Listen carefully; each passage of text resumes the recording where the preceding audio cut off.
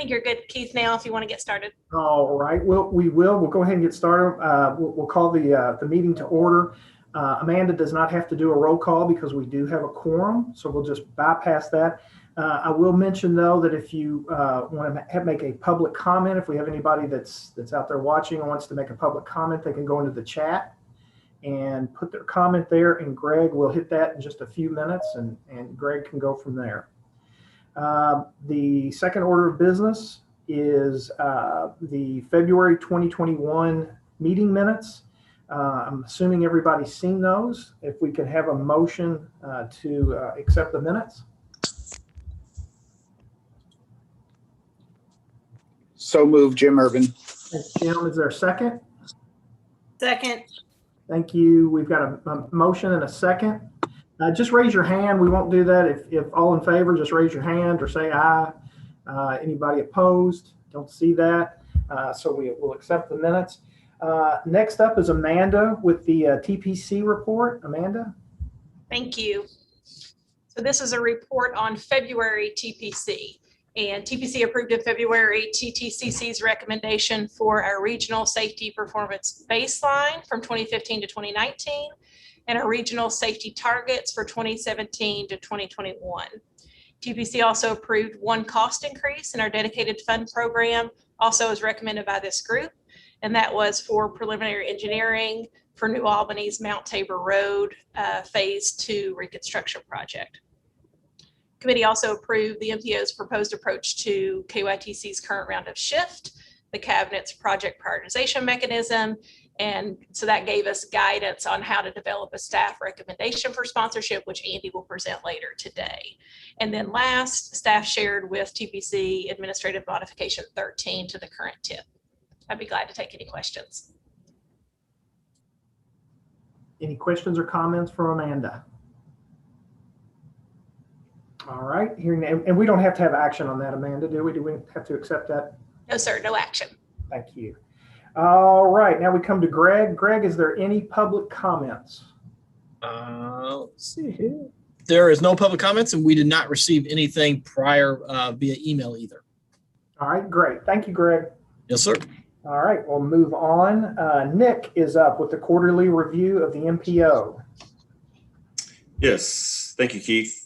Amanda, can you upload that presentation or can I? Nick, you should be able to, and I'm having a little bit of trouble on my end, so maybe go ahead and try that. Okay, let me pull that up here. Just give me a second.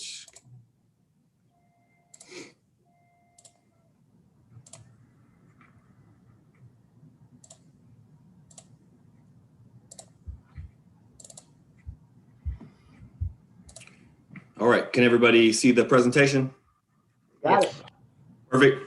All right, yep, this is our quarterly project review for the MPO dedicated funding programs for which TPC has the authority to award funds from and to project sponsors in both Indiana and Kentucky.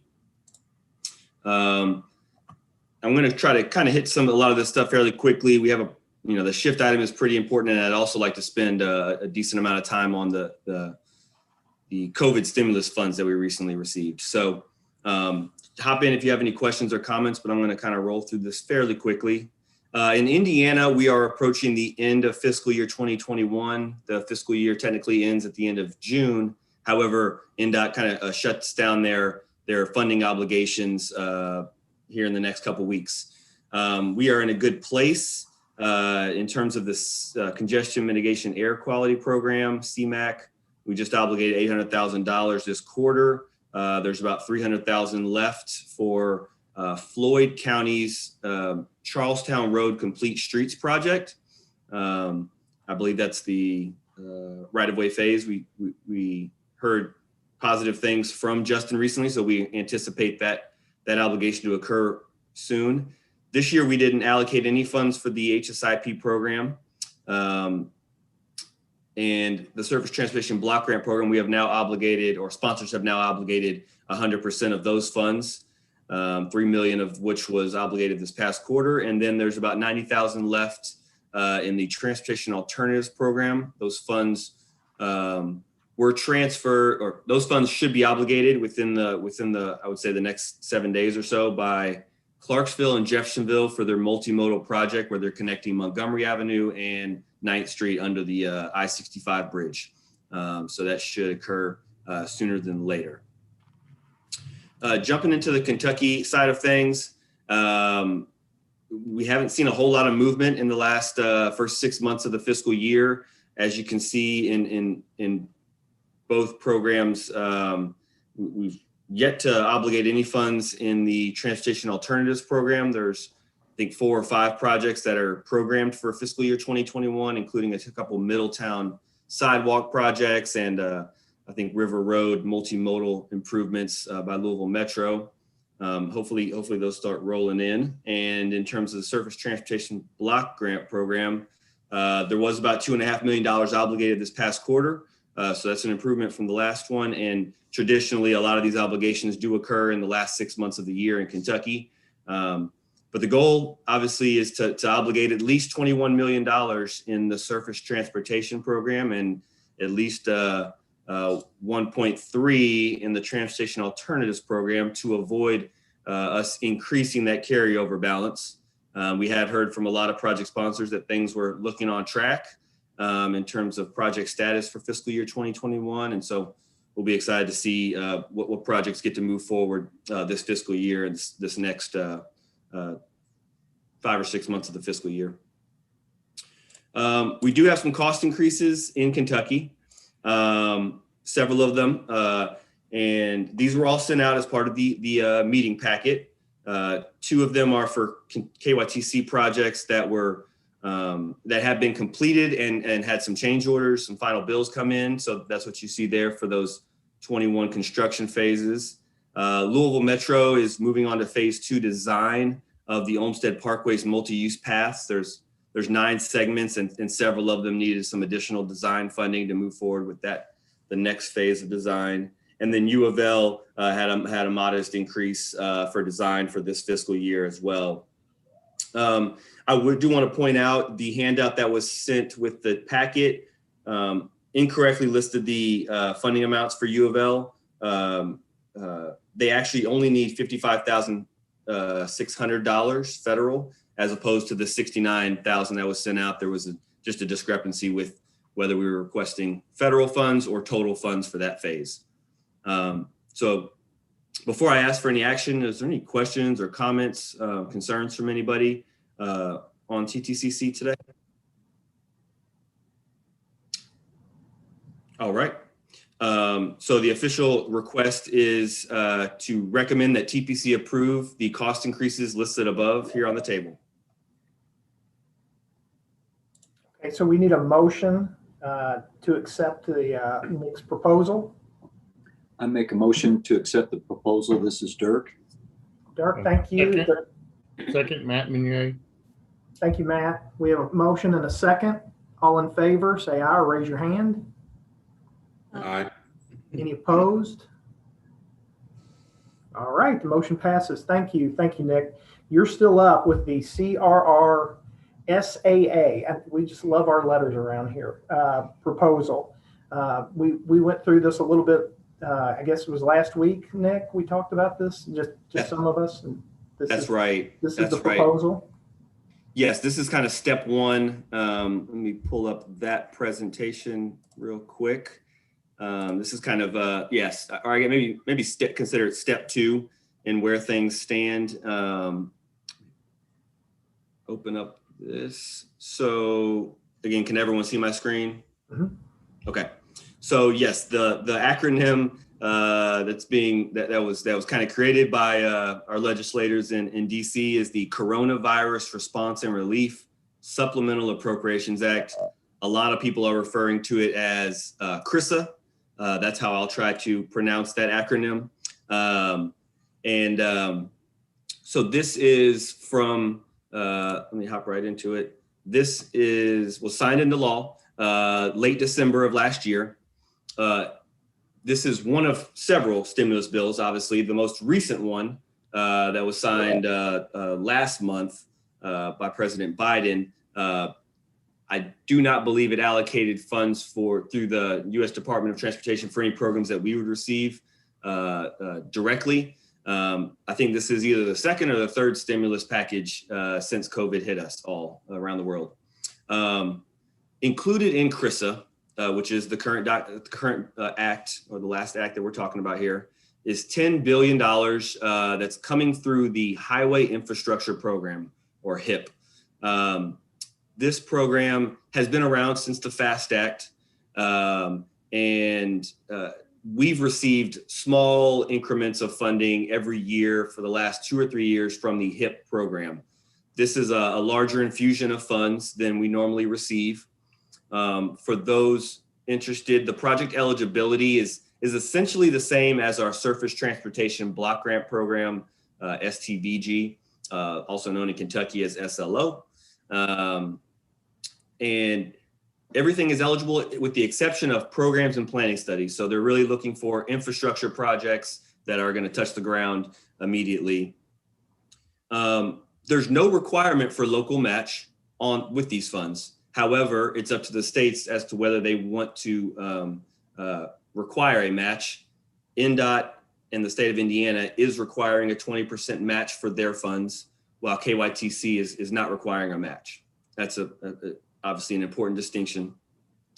And these funds must be obligated by the end of fiscal year 2024. So that's September 30th of 2024. And if you don't obligate them, obviously they lapse and are sent back to DC. We are going to do everything we can to make sure these are obligated no later than fiscal year 2023. Although there's maybe a case or two that where we got to work with a project sponsor due to if there aren't any phases programmed in the first 3 years or the next, essentially 2 years for Indiana. We are not planning to award funds to NDOT, KYTC, and TARC. Both NDOT and KYTC received a larger infusion of funds through the HIP program. I think the state of Kentucky received about $140 million in addition to what we've received. And then TARC's also received, I think, at least 2 stimulus infusions over the last year or so. And all of those parties were also privy to the project review meetings that we had a couple weeks ago, where we talked about the subject for the first time formally and presented our distribution proposal. So I'll hop into that. And as you can see on the left, the amount of money we received is $1.2 million in Indiana and $7.9 in Kentucky. So Amanda and I, mostly Amanda, came up with this funding distribution formula that is essentially weighted equally on the 2019 population estimates for each project sponsor per the census. And then the other 50% was weighted on how much funding is currently programmed for a particular sponsor between fiscal year 21 and 25, which runs through the current TIP, essentially. And so we took those 2 factors and used those to determine how much each sponsor would be able to receive and then allocate towards their projects. Now, again, this is all a proposal. Staff came up with this. We met with both Indiana and Kentucky project sponsors, and they were both comfortable using this distribution formula. And we also provided the details that you see over here on the right-hand side. So in Indiana, things are a lot different in terms of the amount of funding that sponsors receive. And so a typical Indiana MPO dedicated project is overmatched with local funds, meaning they're providing way more than 20%. And so what we thought was probably the best course was to allow sponsors to add these funds, these new funds, to their existing projects that are programmed on or before 2023. If not, a sponsor may program the funds in 2024 after consulting with us. We just want to make sure that everything's on track and that there's no potential of those funds not being obligated and then being lost to the region. We think there's probably just 1, maybe 2 instances where that may occur. And then after project sponsors have determined how they would like to use their funds in terms of adding on which project they want to add those funds to. We would make the rest of the funds available via call for projects. Obviously, with $1.2 million in Indiana, after everybody exhausts all their existing projects, more than likely there won't be much, if any, funding available for that call. But in the slight chance there is, this is kind of the worst case scenario there.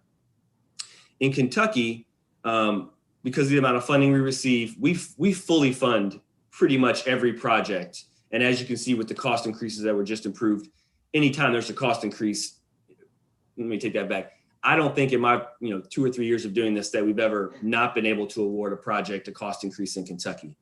So with that said, we thought the best course was to use these 100% federally funded, 100% federal funds and swap out or supplant existing MPO dedicated funds that are already programmed for a project. This obviously would allow sponsors to save a considerable amount of local match. We estimate that it's about 1.5 million collectively, which is a slight change from what I sent out in the memo. But still, 1.5 million is a significant amount, especially after everything that local governments have gone through with COVID and whatnot. So these supplanted MPO dedicated funds that are then brought back into the fold because of sponsor X said, I'm going to put 100% of my federal funds on, say, River Road widening.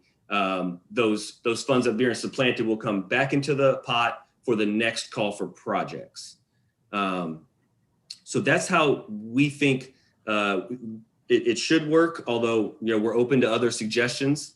Of course, if there's a better idea, but we think this is a pretty good plan, and it got the support of all of our LPAs in the region that I can recall. Finally, go back. Finally, this is what the distribution would look like for each sponsor. On the left-hand side, you see all the Indiana project sponsors, their amounts that they would receive and then be able to apply to MPO dedicated projects to help cover the full cost. And then in Kentucky, the funds that would be programmed to those sponsors who would then swap those out with their existing 80-20 federal funds. This is a little bit complicated, so please let me know if there's any comments, questions, or concerns before action is requested. Any questions for Nick?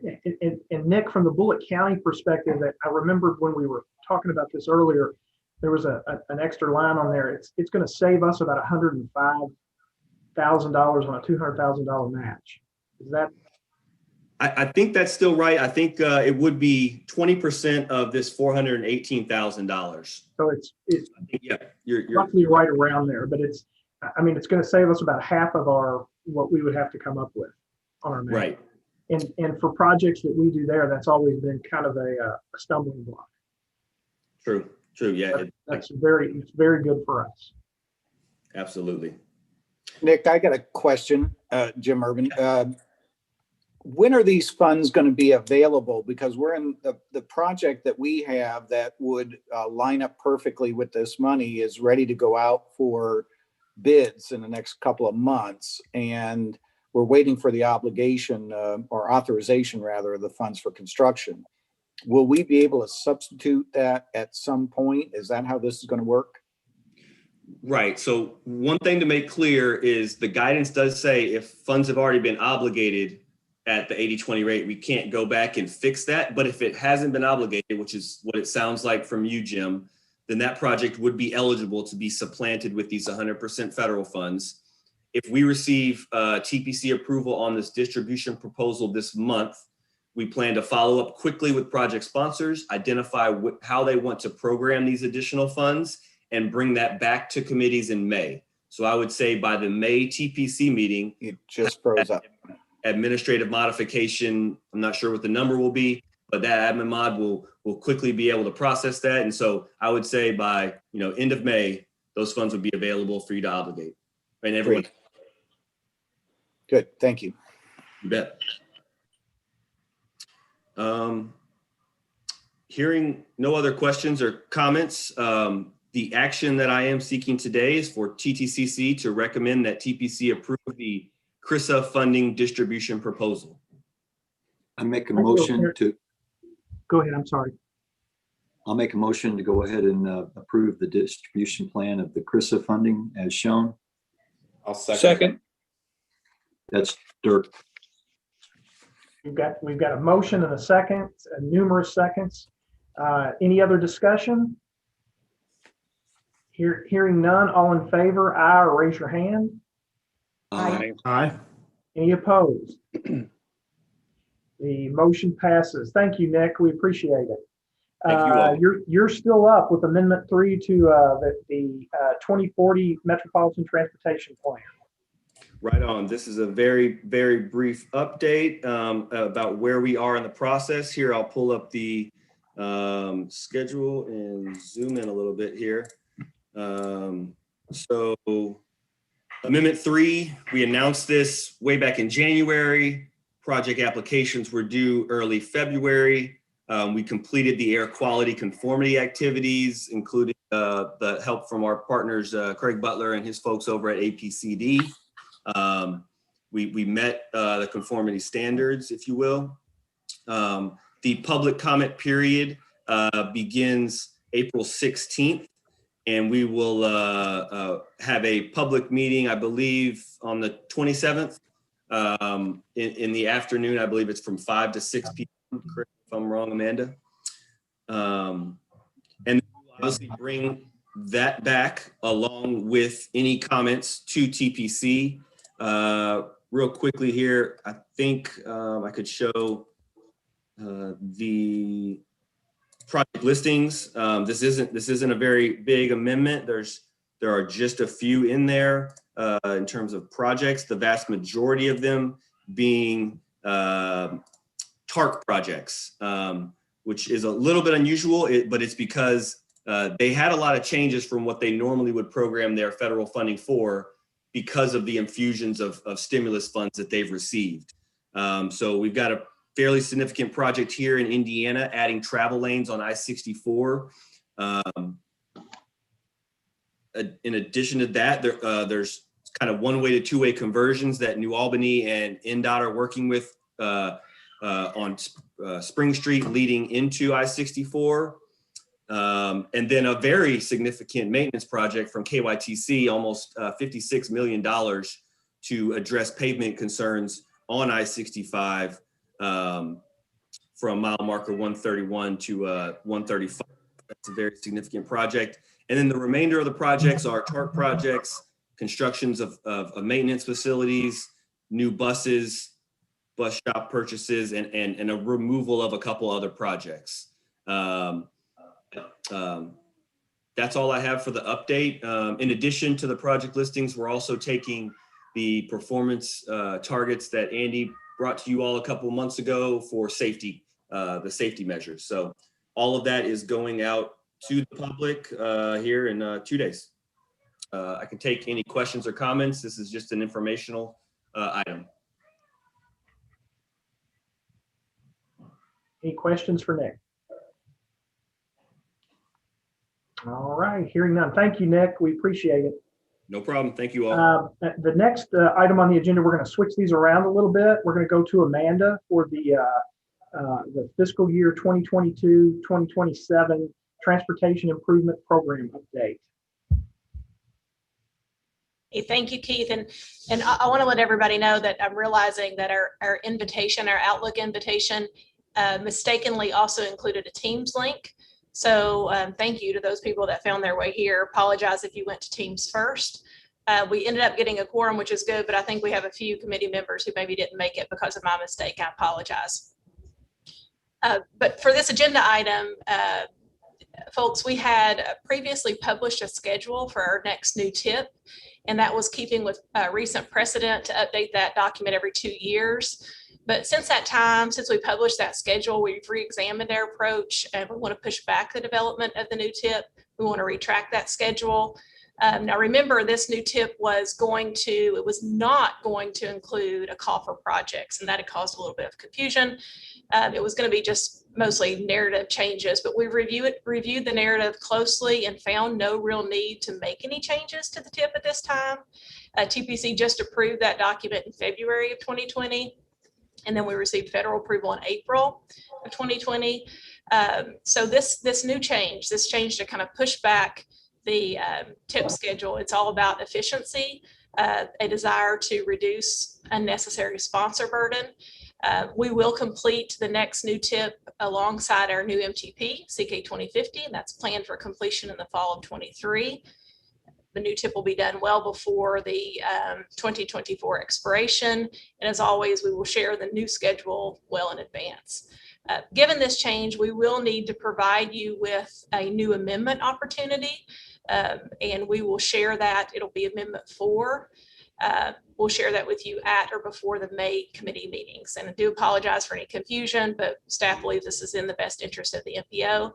Don't need any action, but I'd be glad to take any questions, and Nick's here as well to take any questions at all on our next new tip. Any questions or comments for Amanda or Nick? All right, hearing none, we'll move on. Thank you, Amanda. Thanks. We've got Andy up next with the shift process. This was a pretty intense deal. Andy's done a great job with this. So Andy, you're up. Thank you, Keith. Appreciate that. So as Amanda mentioned at our last meeting in February, we went over the process kind of as a buildup to the KIPTA's role in KYTC's shift process, Strategic Highway Investment Formula for Tomorrow, I believe. This is, for those that don't remember, it's an every 2-year process that it's a data-driven process, meaning they select some number of projects and it goes through a scoring ringer, if you will. Projects get scored, projects get boosted by the KIPTA MPO and by KYTC, and then ultimately the highest scoring projects in the end, when that's all said and done, a good number of those make it to their final destination, that is the highway plan, the highway plan that the Transportation Cabinet put out toward the end of this year. So here's a bit more on that schedule and where we are now and where we've been. Over the last month or so, KYTC has been working on getting their sponsorships to us and to, I suppose, to our counterpart agencies across the state. We received those in the past week or two. And so now the ball's in our court, so to speak. And so late last week, KIPTA staff met with most of the LPAs around the region. I think most, if not all, many of you all are on the calls today, so I appreciate your all's help last week. And here we are today, April 14th. So this is when we're asking TTCC to take a look at the list of projects that came out of that local coordination, that came out of the list that D5 had produced, and then ultimately to TPC next week at their meeting for their approval. In May's the deadline, so we've got to do it in April because KYTC's deadline is to get to them by May. Later this summer, though, they will take the projects that come out of the process. It'll be a bit of a cleanup process, verification process, a scoring process. And then ultimately we'll have another round of these meetings, and I imagine I'll be on here on, let's say, maybe August, where we get to choose the boost process. So I'll get to it in a minute. This cut is not as deep as the cut that will be later in the summer, which will not be as deep as the ones that make the final cut for the highway plan. In the meeting packet, in the agenda item, there was a link to a KIPTA webpage, and there's several project lists on there. The one that you might be looking for would be the one that says MPO sponsored projects, just to be clear if you all are following on your computers. For those that don't remember, this is a bit of a review that KYTC gets 67 sponsorships to use across their 8-county district. KIPTA's been allotted 49. So you can see on the right, there's the other MPOs. So we've got our hands full. We've got 49 to move forward to make it through this round.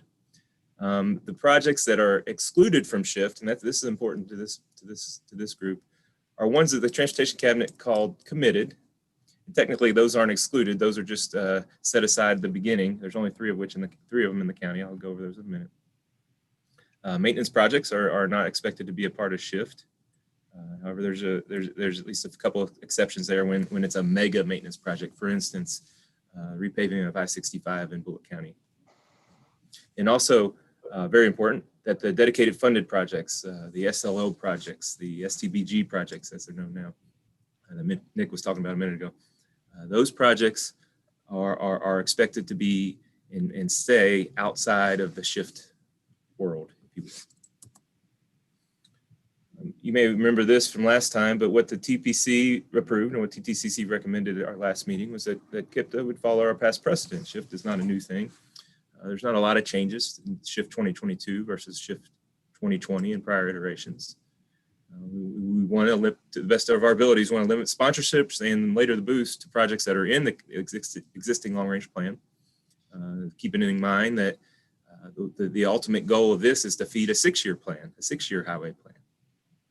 We've got 20-year long-range plan. Hopefully, we've got more than enough projects in there to feed 6 years worth. Is the thought there? The process we sponsor after KYTC did, so that's why it's been a bit of a time crunch here over the last week or two. We're trying to thread the needle there.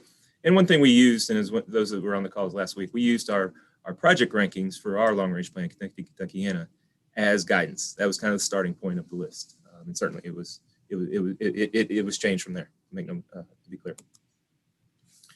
Here is kind of by the numbers, if you will, for the numbers people in the room. I've got the numbers for each county. And what we're doing here today is filling in the blanks. We want to fill in, this committee and TPC ultimately fill in those gold blanks over there. So I'll explain what each of these mean. Projects under consideration in each county. The Transportation Cabinet was kind enough to provide a list of projects that they considered for potential sponsorship on their end. Most of the projects were in KIPTA's MTP and in projects we'd all seen before and are mostly familiar with. KIPTA, we added more to that for our purposes, for the projects that can be considered today and by TPC. The ones we added were ones that are in the MTP that were not on the Transportation Cabinet's list. And the criteria we used was it couldn't be an SLO project, for example, couldn't be those dedicated funded projects. It needed to be on a state route or at least connect to a state route. And it needed to be a project that we could expect to score decent in SHIFT. And by that, I mean a standalone bike, PED, transit project. We know that the formulas within SHIFT will not score those projects very well.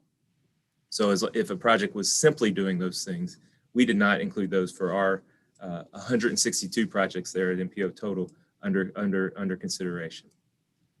So the kind of the grayish blue is what was given, in essence given to us. 47 projects, that is, across District 5 were sponsored, or say another way, in the 3 KIPTA MPO counties, KYTC used 47 of their 67 sponsorships I mentioned earlier. So 47 out of 67, a couple overlap counties. So Spencer, Jefferson County, there's a project, as well as an I-71 project that goes from Oldham to Henry. So the ad district, KIPTA ad, will be going through the same process here this month. And so the numbers might not add up because they might be counted twice in that regard.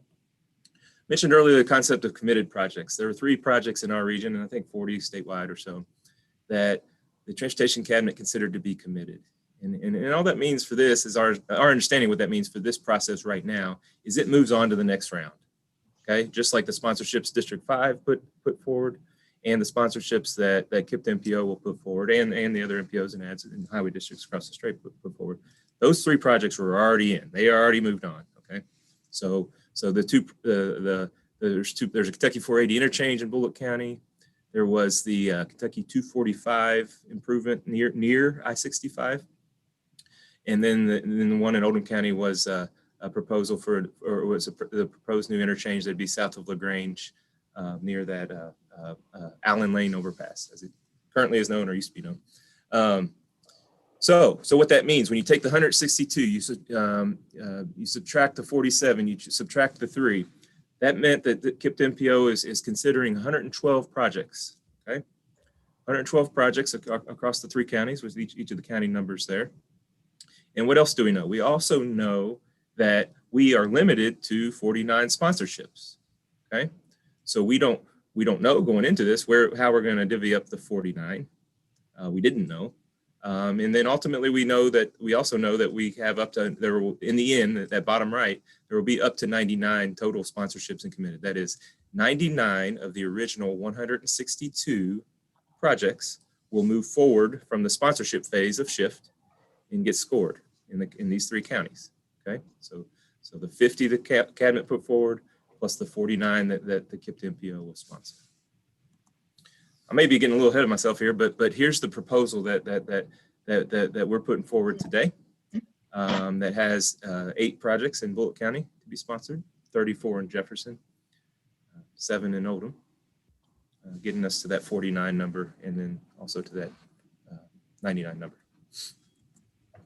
So I thought I'd go over a little bit of I don't want to, we can go over the projects, and if we need to, we will go over the projects. However, I wanted to talk a little bit about the highlights from each county. So let's start in Bullitt County. KYTC sponsored a total of 9 projects in Bullitt County. They also considered those 2 projects I mentioned earlier that were considered to be committed. So that all those 11 projects are already in. KIPTA does not need to consider those for sponsorship. Some of those projects, just for reference, was $285 million in projects. And so there was an extremely heavy focus on I-65 and Kentucky 44, which I think it makes folks at the county and within the county very happy.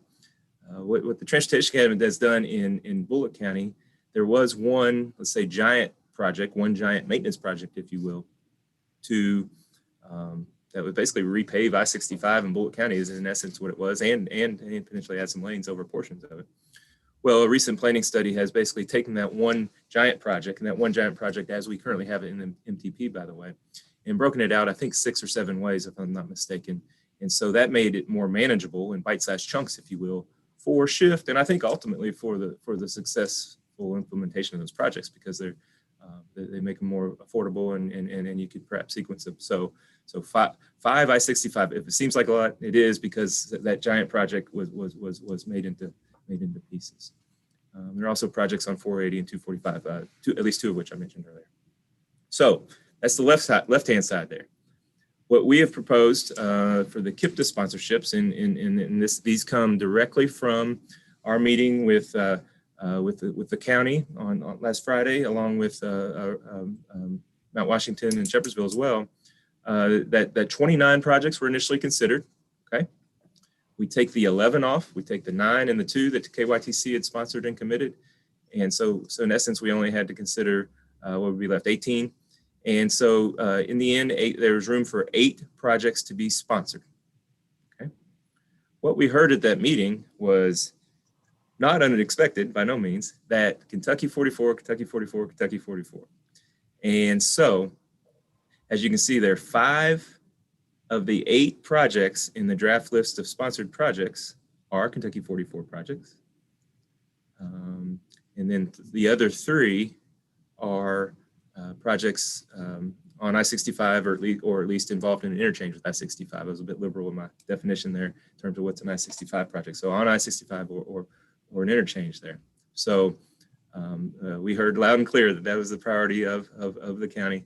And so hopefully some of these can be real projects soon. So again, 285 plus 137 million. That's 4. I got the the regional number at the end, but we're talking $400 or $500 million of projects. Are there going to be that many projects or that amount of funding in the highway plan in Bullitt County? No. In fact, it'll be a fraction of that. But these are moving on per the TTCC recommendation and TPC approval. Let's talk about Oldham County. Oldham County, similar size county, similar issues, very similar in a few ways. So KYTC, they sponsored 7 projects in Oldham County. Not only did they sponsor those 7, but one didn't even need sponsoring because it was committed, and that's that new interchange near LaGrange I mentioned a minute ago. those 8 projects combined, the 7 and the committed one, have a list price of $210 million. So big money for sure. Notable amongst those projects is that there were 6 I-71 projects, whereas I-65 is a priority in Bullitt County. I-71 is clearly a priority for folks in Oldham County. I think it's notable that with those 6 projects, each and every section of I-71 through Oldham County has a project. I believe if I'm not mistaken, I think there is a widening project for each of the sections of I-71 through Oldham County, all the way from the current I-Move project, I guess, where it terminates, I guess, near Crestwood, all the way out into Henry County, for that matter. So that's positive, I think, in most people's eyes on this committee. But there are also some other projects on a couple on there's one on 393 and also one on Kentucky 53 as well. So same story in Oldham as there was in Bullitt in terms of how it was handled with the KIPTA role in this process. KIPTA staff met with Oldham County officials on Friday morning also. And so we took the initial 25 that were considered before the cabinet even sponsored them, for that matter, 25 minus the 8. So we should have 17 left to consider once we took the cabinet sponsorships and committed project out there. And so we had enough room to fit 7 of those projects. Those projects were ranked by the county, and we took the top 7. Those were $148 million worth.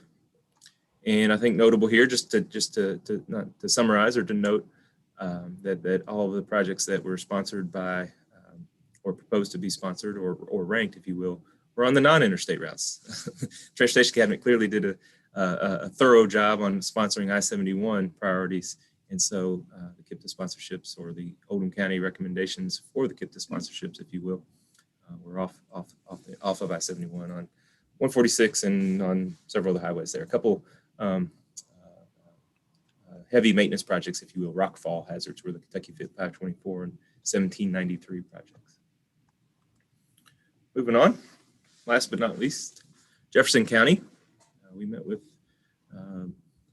in a series of meetings, we met with folks from J-Town and from St. Matthews and Shively, and then on also with local Metro staff late last week.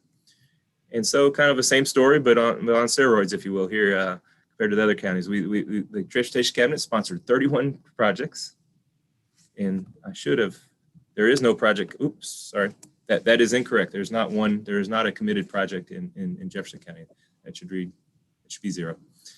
No committed projects. 31 sponsored, 0 committed. Those 31 projects have a heavy price tag, to say the least. It's just over $1 billion worth of projects. So again, is there going to be over $1 billion in Jefferson County in the highway plan? I'm not counting on it. I don't think I would recommend anybody counts on that, but nonetheless, those projects are moving on to the next round. Is there a question? Okay.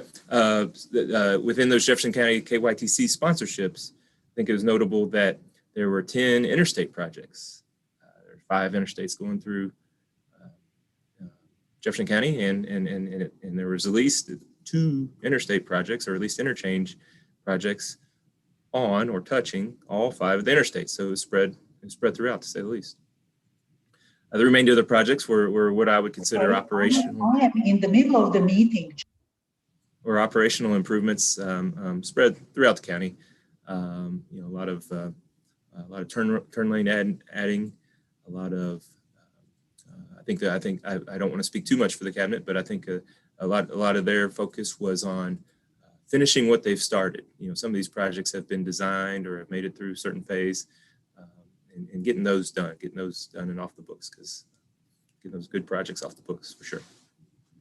So we had our hands full, to say the least, in Jefferson County to develop any sort of sponsorship list for SHIFT within the county. There's 108 projects considered, 31 of which were sponsored by the cabinet. 34, we ended up with a number of 34 projects proposed to be sponsored within Jefferson County as part of the KIPTA MPO process portion of SHIFT, if you will.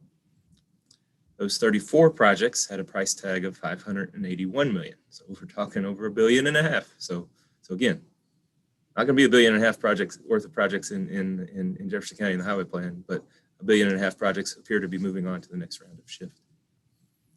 With the cabinet sponsoring interstate projects, just like Oldham County, the focus of the sponsorships in Jefferson County can be summed up that there's really a heavy focus on the non-interstate routes, without question.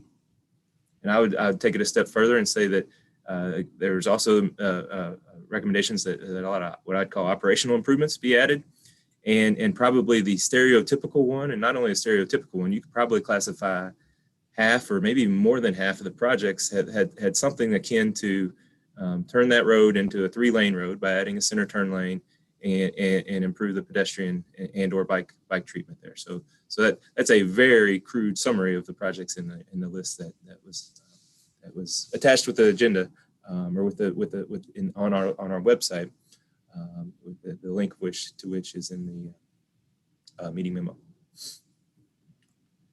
So regionally, 99 projects proposed to be sponsored / committed, if you will, three committed, so 96 sponsored, 3 committed. That total is $2.4 billion in project costs. So looked it up, and the best number I could come up with is in the most recent highway plan, I found there to be about $740 million worth of projects in Bullitt, Jefferson, and Oldham counties. Some of which, by the way, of the 740 million were noise wall projects, for example, other maybe maintenance projects that probably weren't aren't through SHIFT. So that 2.4 billion, maybe we should compare it to an even smaller number than that 740. The point I'm trying to get across, of course, is that this cut right here is not very deep. Okay, the 99 projects is a ton of projects, and they cost a ton of money. So, and there's no guarantee that any of those 99 will be funded at any cost. So just want to be clear about that. Thought it was notable that there's roughly an 80-20 split in projects. That is interstate projects, 80%, 20%, 80% for the non-interstate, 20 for the interstate projects. And one of the reasons that's notable is kind of downstream from where we are now in the SHIFT process. The projects will reach a fork in their road, meaning that the cabinet will break off with the projects of what they call statewide significance. Typically, those are going to be just the interstate projects, if I'm not mistaken. And then those projects will be scored, and some group of those projects will move on through that statewide pot of funding through SHIFT, if you will. Those that don't score as highly in that statewide process will be grouped in with all of the non-interstate projects, or the non-statewide significant projects, probably is a more correct way of saying it. And then they will go through a regional round of scoring and compare to one another. Regional meaning those projects that come from the District 5 area will be lumped in and compared to and compete against projects in the District 6 and 7 areas, which are Cincinnati and Lexington areas. So those 3 highway districts are considered to be the North region. So quite a bit of the state's population is in that North region. So that probably goes without saying, but I'll say it anyways. That makes it really competitive to get those regional dollars through SHIFT. So this is the last slide I have here. Kind of the next steps. A couple things to note, I think, here. The idea of inactive projects. There were a few projects, 2 of which were sponsored by Transportation Cabinet, District 5, 3 of which have been proposed to be sponsored by local governments in the KIPTA region that are currently listed as inactive in KIPTA's current long-range plan. These projects were proposed for potential or on the list of potential sponsorships by the Transportation Cabinet, and so therefore they were in the universe of projects considered by local governments in those meetings last week. So they were out there. So what that means is that the project was once in a KIPTA long-range plan, but they're not in the current one. So we'll have to get those back in one way or the other. There's probably one that can probably be considered to be a group project. So it might be a little bit quicker and a little bit easier to get in. But we'll clean it. We'll get those cleaned up. But I want to point that out because what that means is that by recommending approval of the list as is, we'd be going slightly against the idea that we would only sponsor projects that were in our current MTP. Okay, so I just want to make that clear. I don't personally view that as a big deal. These projects were once in the MTP. They can be amended back into the MTP or get back in there one way or the other.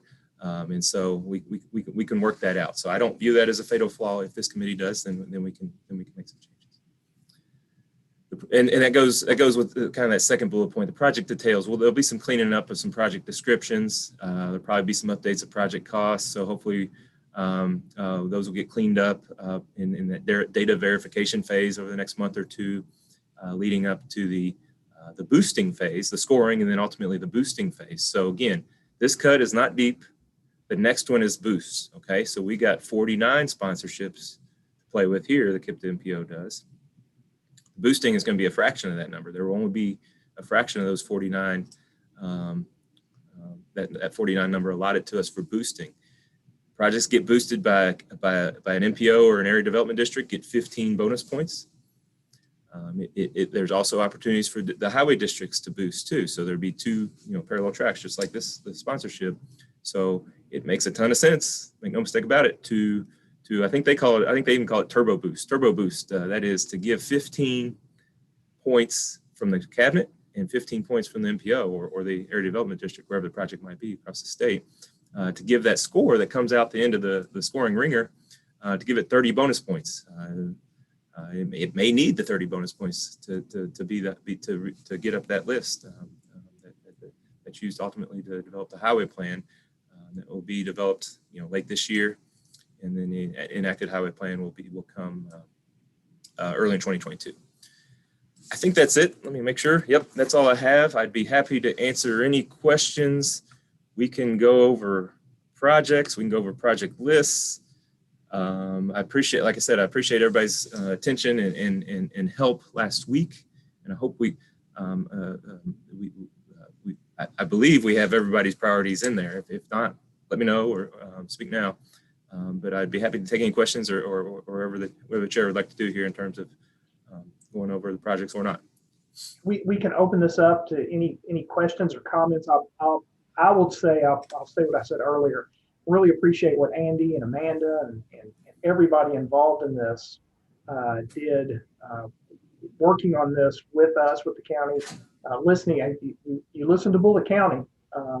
You heard 44, so that was a real plus, and excited to see where we go with this next. So we'll open the floor to anybody else. Questions or comments?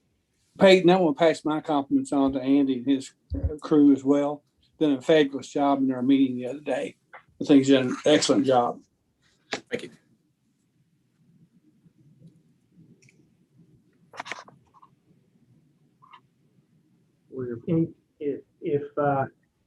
If nothing else, we do need a motion to, I guess, accept this process. Is that correct, Andy? Would that be right? Yeah, technically, the motion I'd be requesting today is to recommend this group of projects to the TPC for their approval at their meeting next Thursday. I'll make that motion. I'm Earl Hockenberry. Thank you, Mayor. Is there a second? Second, Jim Silliman. Jim, thank you. So we got a motion and a second. Any other questions or comments? Hearing none, all in favor say aye or raise your hand. Aye. Aye. Is there any opposed? Hearing none, motion passes. Again, thank you, Andy, for all the work on that. We appreciate it. Thank you all for your help as well. Thank you very much. All right, Amanda, looks like we've got other business. Is there any other business that you need to bring forward or anybody else? Yes, sir. I think we had just one item. Nick was going to share a little bit about a new grant opportunity, I believe. Okay. Yes, absolutely. And let me see if I can share screen real quick. Let me start with the build grant. Used to be an opportunity that you guys had to request a large number of federal funds directly from USDOT. I believe, oh, we don't have the new one up there yet. Let me pull it from our OneDrive. Sorry about that. Essentially, what used to be called the Build Grant is now called the Raise Grant. Obviously, with the new administration, everyone wants to put their touch on a naming convention for a funding program. This will be updated on our TIP webpage and on our planning portal. This is a new kind of external grant document that we've been updating as we learn about new funding opportunities for you all. And so this is called the RAISE Grant, Rebuilding American Infrastructure with Sustainability and Equity. About $1 billion available total across the country. All of the traditional eligible applicants are listed on here. And I believe the minimum request for rural projects is 1 million, minimum for urban is 5 million, and the maximum you can request is 25 million. I know that we had heard in the past that maybe Bullitt County might apply for the Build Grant. Well, it's now the RAISE Grant, so just keep an eye on that. The applications are due July 12th, 2021. So that's all I wanted to share there. Nick, if I can just throw in there, because I did work on the Build Grant last year. We got, of course, with your all's help, I know Amanda was a big help on that as well, putting that together for us. And we got really close. We had a really good exit interview with that, and they told us to go forward with the next Build Grant. So I guess we just take what we did. I guess we just, for lack of a better term, we build on what we did with the Build for Raise, right? Is that? Yeah, I would think you could start there. I think the key portion is going to be taking a closer look at the selection criteria, because the new administration, new Secretary of Transportation, the selection criteria that they're focusing on is safety, environmental sustainability, quality of life, economic competitiveness, state of good repair. All similar probably concepts as before. Maybe environmental sustainability might be a really new one. And then secondary criteria being, partnerships and innovation. So maybe just tweaking your application to highlight how that project reaches these goals. Got it. Any other questions or comments for Nick? All right, thank you, sir. Anything else, Amanda? Keith, one last thing. I do want to acknowledge and say thank you to Tanya Higdon, who is moving on to exciting new opportunity at Transportation Cabinet. And Tanya not only serves on TTCC and is an alternate on TPC, but she's our MPO liaison, has been a tremendous partner, supporter. And we just want to say thank you, Tanya, for all your great work. And good luck. We're glad to say, though, that Tanya will still be around on District 5 projects, as she'll be moving on to design engineer, location engineer role. Also want to welcome Sadie Middleton, who will be stepping in for Tanya on in both roles, on TTCC and as our MPO liaison. I've had the pleasure of working with Sadie, and we'll be in great hands, I know. So thanks to both of you. Thank you. Thanks, Tanya, and welcome, Sadie. Thank you. All right. I guess does that wrap us up? Yes, sir. All right. Hearing no other business, I'll take a motion to adjourn. I'll pass the motion. Second. Do we have a second? Dirk says second. Thank you very much. All in favor, just turn off your computers and leave. We'll see you again. Thank you. Good luck, Tanya. Good luck, Tanya. Bye. Thanks, Good luck. everybody.